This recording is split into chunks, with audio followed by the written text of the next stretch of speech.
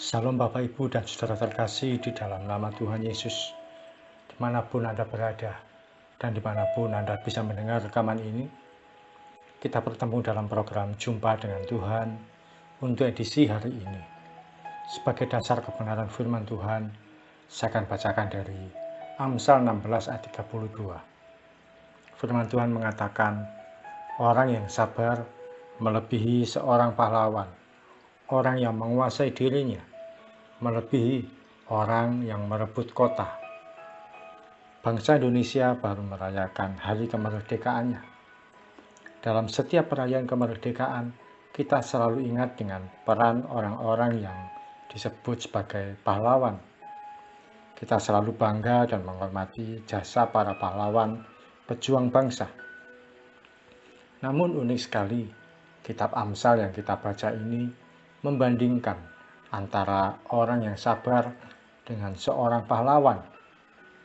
Kalimat orang yang sabar diterjemahkan dari Alkitab bahasa Inggris dengan kalimat slow to be angry, artinya lambat untuk marah.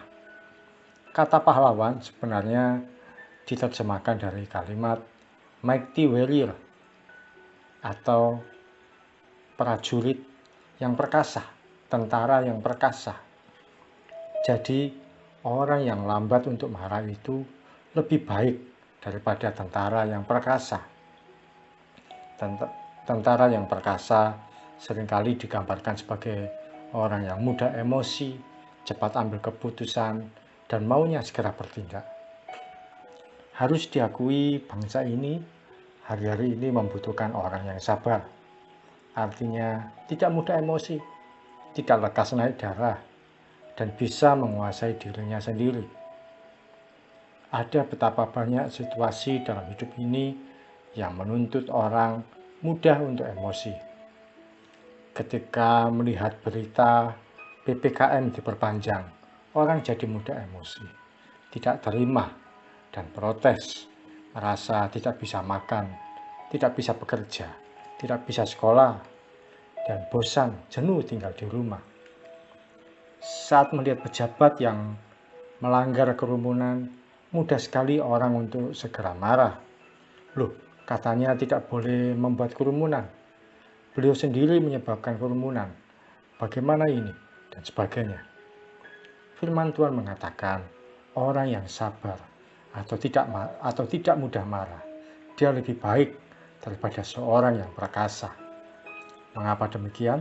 Seorang yang sabar, dia tidak mudah marah, dia bisa menguasai dirinya, dia membuat jiwanya jadi tenang, dan dia bisa menahan mulutnya untuk tidak cepat berkata-kata.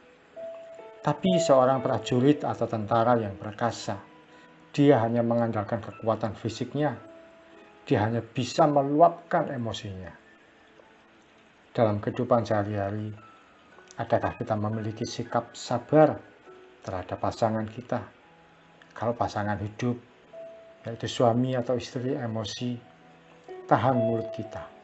Jaga mulutmu, jaga hatimu, jangan terbawa emosi.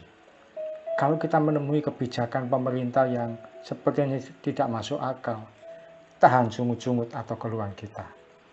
Kalau kita menemui teman yang berbeda pendapat, berlainan pandangan, sabar saja. Jaga hati kita supaya kita tidak bereaksi salah. Kalau menemui hamba Tuhan yang berlainan hidupnya dari yang dikatakan, sabar, jangan melempar batu dulu. Biarkan Tuhan yang memproses hidupnya. Orang yang sabar biasanya memilih untuk tidak membalas perbuatan yang diarahkan kepadanya. Orang yang sabar seringkali hanya bisa tersenyum ketika orang-orang marah kepadanya. Orang yang sabar tidak malu untuk kelihatan seperti orang bodoh, blow on, saat dikata-katai sesuatu yang jahat atau yang buruk kepadanya. Dia memilih untuk tidak mau salah dalam bersikap. Tapi di sini sebenarnya karakter kita sedang diuji. Otot-otot rohani kita sedang dibentuk melalui kesabaran kita. Saya ingat ketika saya dinyatakan sembuh dari COVID. Ada saja warga yang tidak setuju kalau saya pulang. Mereka masih ragu-ragu. Apakah saya benar-benar sembuh atau tidak?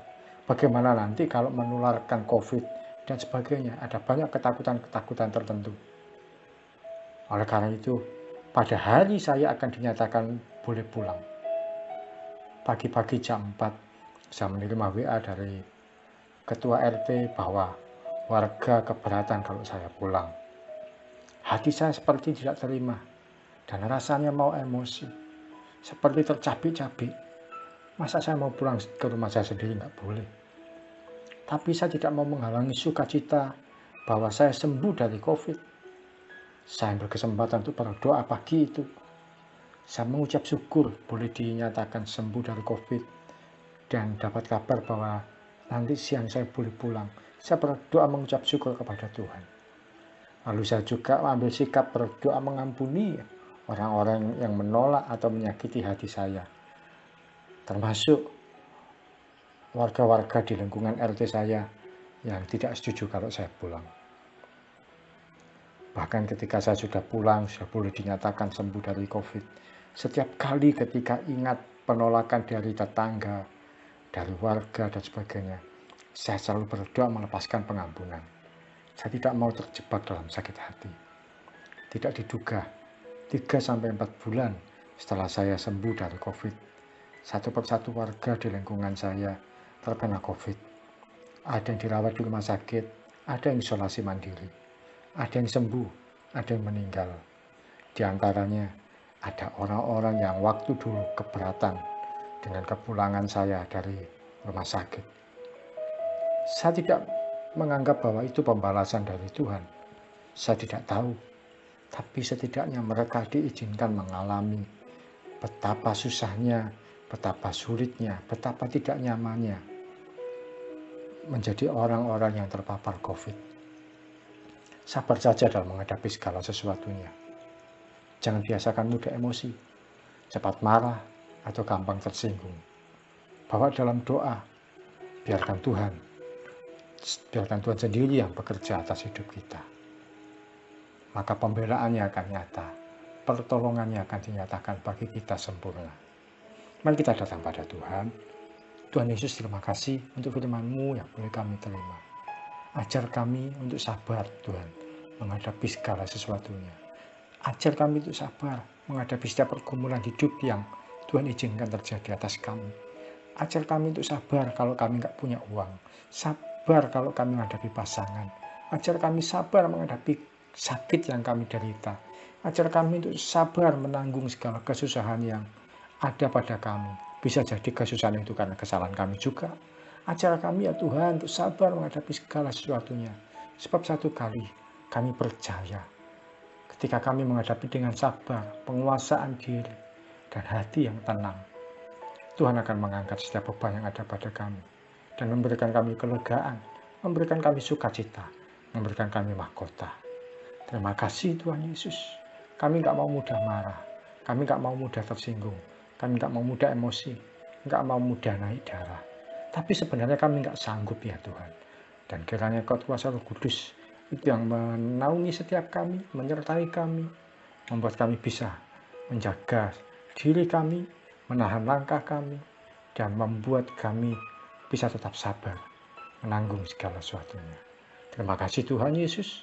Kebaikan-Mu, kemurahan-Mu dinyatakan atas setiap anak-anak-Mu dalam pergumulan hidup yang mereka alami, dalam aktivitas yang mereka jalankan sepanjang hari ini, dalam kehidupan mereka mencari nafkah, dan menolong dan memberkati, mulai pagi sampai malam, bahkan sampai selama-lamanya. Immanuel, kasih Tuhan Yesus menyertai. Dalam nama Yesus kami berdoa. Amin. Selamat menjadi pribadi yang sabar, sabar, dan sabar. Salam dari Sauki Larjo dari Cepa Ministry. Tetap setia sampai garis akhir. Tuhan Yesus memberkati.